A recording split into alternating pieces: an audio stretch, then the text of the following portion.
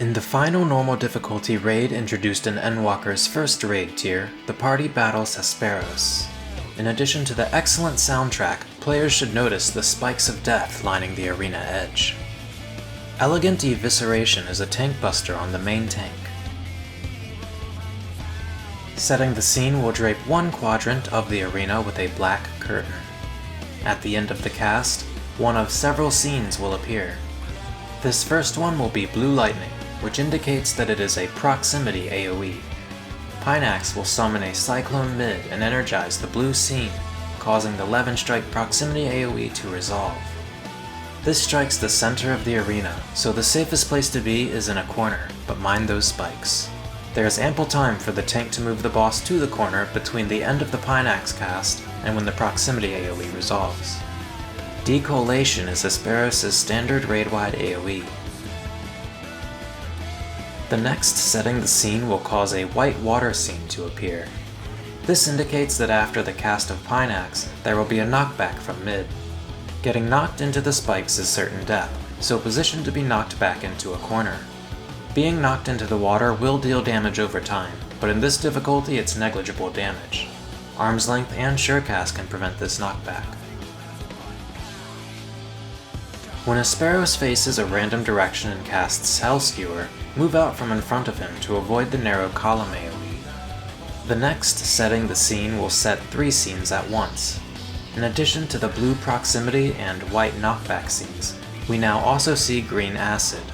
Green acid works as the other scenes do, only this one's mechanic is to spread to resolve circle AoEs. Pinax will resolve these scenes one by one. Pay attention to the ether in the center of the scenes. When one becomes energized and begins erupting, it is indicating that it will resolve next.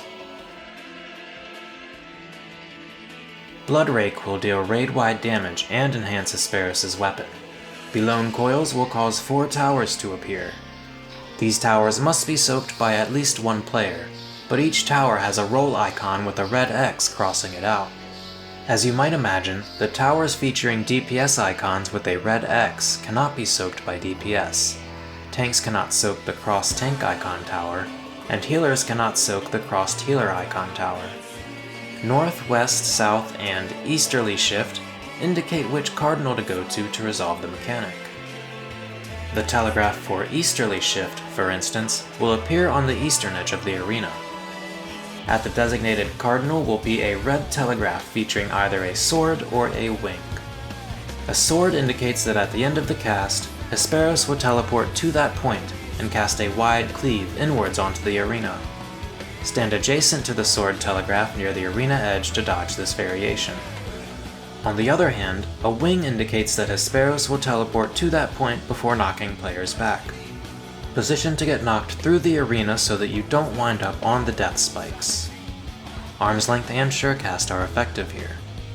Hesperos' next Bloodrake will be followed by Belone Bursts. Belone Bursts tethers an explosive ether to each party member.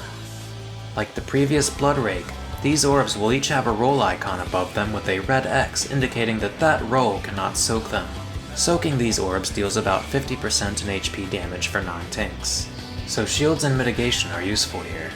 Additionally, every soaked orb gives a stack of Thrice Come Ruin, inflicting doom and killing a player for soaking 3 or more. Find orbs that you can pop, and be sure to let the healers top you off before popping another orb. The next setting the scene will now feature 4 scenes in total.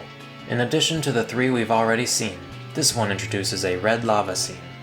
Red lava targets a player with a shared stack AoE when it resolves. The scenes begin resolving exactly as they did before. Watch which geyser erupts and respond to that one first.